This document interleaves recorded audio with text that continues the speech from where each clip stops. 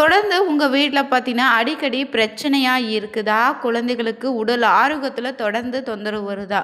எவ்வளவு சம்பாதிச்சாலும் பார்த்தீங்கன்னா கையில் பணம் தங்கலையா? இப்படி பலவிதமான பிரச்சனைகள் உங்களுக்கு தொடர்ந்து இருந்துகிட்டே இருந்தால் கந்திஷ்டியால் ஏற்படக்கூடிய பாதிப்பாக கூட இருக்குங்க. உங்களுக்கு கந்திஷ்டி இருப்பதை எப்படி கண்டுபிடிப்பது?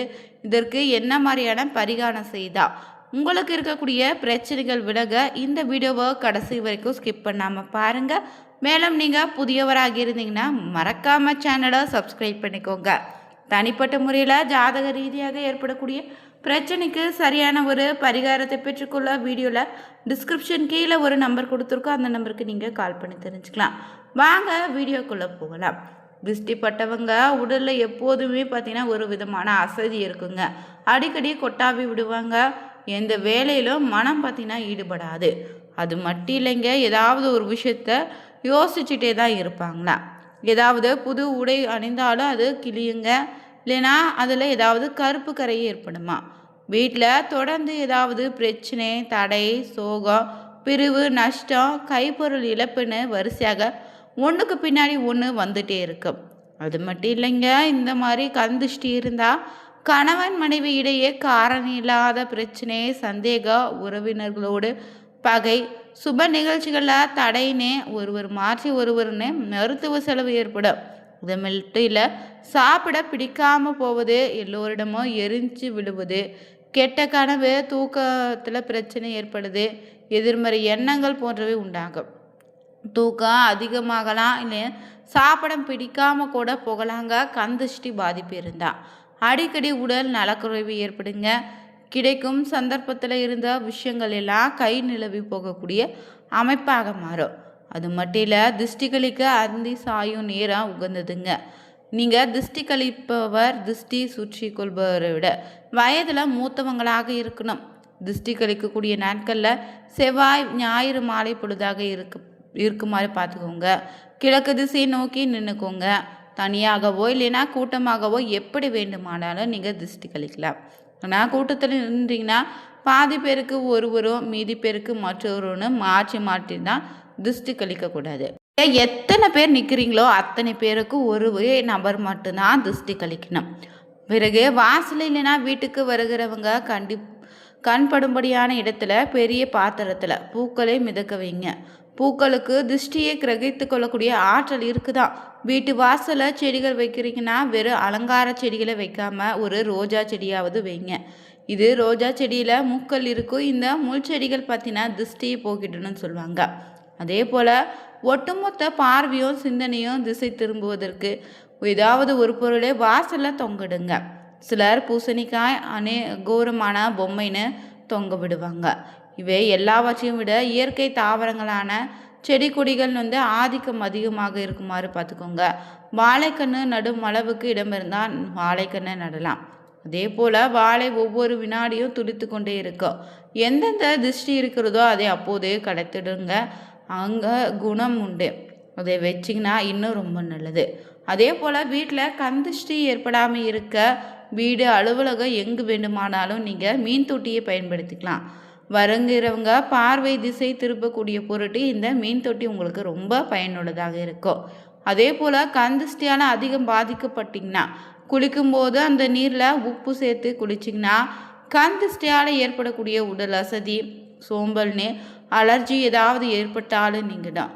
இதனை வாரம் ஒரு முறை செய்யுங்க. குறிப்பாக அவரவர் பிறந்த கிழமை நாளில் இல்லைன்னா செவ்வாய்க்கிழமை நாளில் செய்திங்கன்னா கந்திஷ்டி இருக்காது. அடுத்ததாக பார்த்தீங்கன்னா கந்திஷ்டி போக்க எல்லோருக்கும் தெரிஞ்ச விஷயம் எலுமிச்சை பழம் தான். நீங்கள் உங்கள் வீட்டுக்கு கெட்ட சக்தி நுழையாமல் தடுக்கவும், கெட்ட எண்ணெய் இருக்கக்கூடிய மனிதர்களுடைய தாக்கம் உங்களை பாதிக்காமல் இருக்கணும்னு நினச்சிங்கன்னா கந்திஷ்டி விலகவும் வீட்டு வாசலில் வளர்பிறை வெள்ளிக்கிழமைனால கற்றாழை கட்டி தொங்க விடுங்க. அதே போல் வாசலில் ஒரு எலுமிச்சையும் ஒரு பச்சை மிளகாய் மாற்றி 3 எலுமிச்சையை நன்கு பச்சை மிளகாய்னு கெட்டியான கயிற்றால் சேர்த்து தொங்க விடலாம். இதே செவ்வாய்க்கிழமை நாளில் செய்தால் ரொம்ப நல்லது. அதே போல் உங்கள் உழைப்புக்கு கிடைச்ச பலன் இல்லைன்னா உங்களுடைய தொடர் வெற்றியால் கூட கந்திஷ்டி உங்களுக்கு ஏற்படும். இதனால் வேலையில் திடீர் மாற்றம், தடங்கள்னு அடிக்கடி வருங்க. இந்த கந்திஷ்டி போக்க படிகாரத்தை கொண்டு சரி செய்யலாம். கடைகளில் நீங்கள் கேட்டாலே படிகார கல் கிடைக்கும். அதனை வாங்கி கொண்டு வந்து திருஷ்டிக்கு ஆளான நபரை கிழக்கு நோக்கி உட்கார வச்சு தலையை 3 முறை பலமிருந்து இடமாகவும் பின்னர் இடமிருந்து வலமாகவும் 3 முறை சுற்றி போடலாம். மேலும் தலையிலிருந்து பாதம் வரை மேலிருந்து கீழாக திருஷ்டி கழிச்சிடுங்க. பின்னர் இதனை முச்சந்தில் போட்டுட்டாலே பார்த்தீங்கன்னா திரும்பி பார்க்காம வந்துடுங்க. படிகாரத்தை நீரிலும் போட்டுடலாம். இப்படி செய்தாலே அந்த நீரை பிறர் கால்படாத இடத்துல ஊற்றினா உங்கள் வேலையில் ஏற்பட்ட கண் திருஷ்டி நீங்கிடும். அடுத்ததாக பார்த்தீங்கன்னா ஆகாய கருடன் கிழக்கு. கண் திருஷ்டி நீக்கக்கூடிய பொருளை இது ரொம்பவே முக்கியமாக சொல்லுவாங்க. ஆகாய கருட கிழங்கு நாட்டு மருந்து கடையில் கிடைக்கும். இது சந்தையில் கூட கிடைக்குது. இதை வாங்கி வந்து அளவை பொறுத்து விலை மாறுபடுங்க. வாங்கி வந்து வளர்த்து இருக்கக்கூடிய வேர்களை நீக்காமல் தண்ணீரில் கழுவி முழுவதும் மஞ்சள் தடவி குங்குமம் வச்சு வீட்டுக்கு வெளியே வாசலை கட்டினாலே வீட்டில் கண் திருஷ்டி நீங்கிடும். வீட்டுக்குள்ளே கண்டிப்பாக கட்டாதீங்க.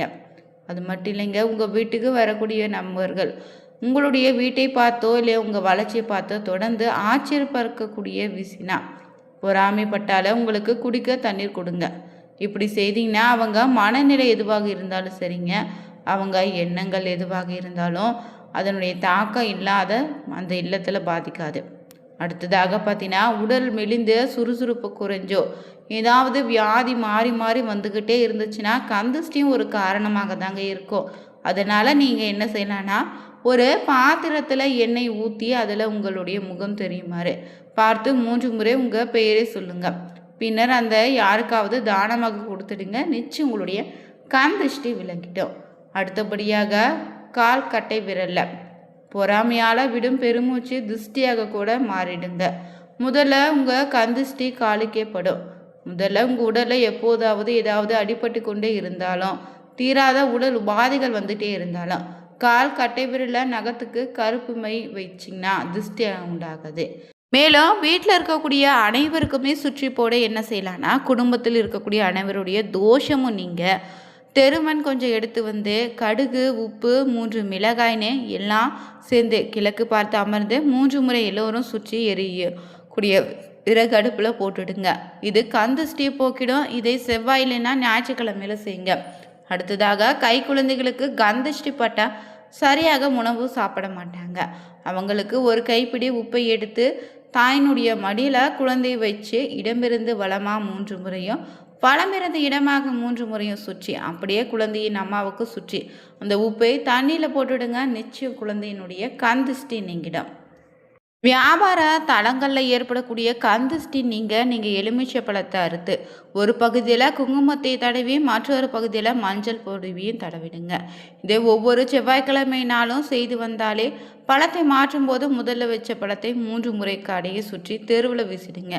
இதனால் கடையில் ஏற்படக்கூடிய திருஷ்டி நீங்கிடும். அதே போல் வளர்பிறையில் வரக்கூடிய செவ்வாய் சனி ஞாயிற்றுக்கிழமை நாளில் கடற்கரைக்கு சென்று கடல் நீரை எடுத்து அதில் மஞ்சள் பொடியை கலந்து கடை அலுவலகம் வீடுன்னு தெளித்தாலும் சிறந்த பரிகாரமாக அமையும். அதே போல் அமாவாசை பௌர்ணமி அஷ்டமி நவமி நாட்களில் காலை மாலைன்னு 2 நேரமும் சாம்பிராணி பொடியோடு கருவேலம்பட்டை பொடி வெண்கடுகு தூள்னே கலந்து வீடு கடை அலுவலகத்தில் தீப தூப பூகை காட்ட கண் திருஷ்டியும் தீய சக்திகளும் வெளியேறுங்க. அது மட்டும் இல்லைங்க, உங்களுக்கு பார்த்தீங்கன்னா கண் திருஷ்டியால் பார்த்தீங்கன்னா ஏற்படக்கூடிய பிரச்சனை விலக வாரம் ஒரு முறை கல்லுப்பை குளிக்கும் தண்ணீரில் கலந்து குளித்து வர திருஷ்டியால் ஏற்படக்கூடிய உடல் அசதி சோம்பல் நீங்கும். மேலும் பார்த்தீங்கன்னா கண் திருஷ்டி நீங்கள் வாசலில் கற்றாழை சப்பாத்தி கல்லி முள் அதிகமுள்ள செடின்னு மஞ்சள் ரோஜா செடி வளர்க்கலாம்.